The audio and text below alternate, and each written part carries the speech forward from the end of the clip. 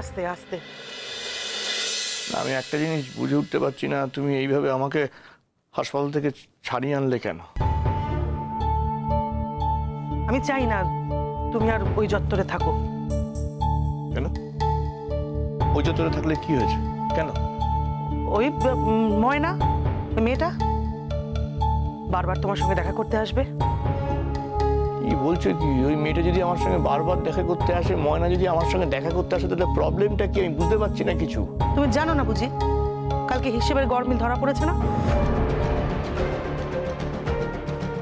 কি গরমিল? হিসেব?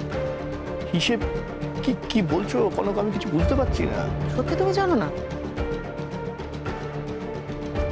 কালকে ময়না রাত্রির বেলায় আমার হাসপাতালে এসে খানা তল্লাশি করেছে।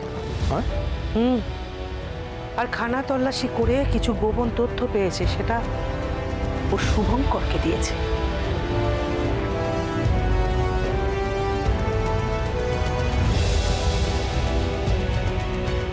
গোপন তথ্য? কি গোপন তথ্য?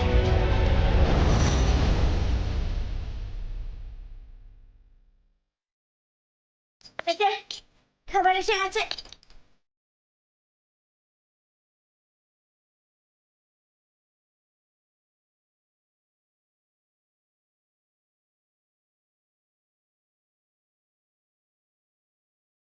দেখেছিস দেখেছিস, আমি বলেছিলাম এই সাদা পাটালি তোকে ফাঁসানোর চেষ্টা করছে।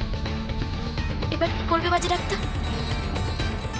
আমি থানায় গেছিলাম, বাকিটা লয়ারের সাথে দেখা করে সব ঠিক করতে হবে। কনক কাকুনকে আমি উচিত শিক্ষা দেব।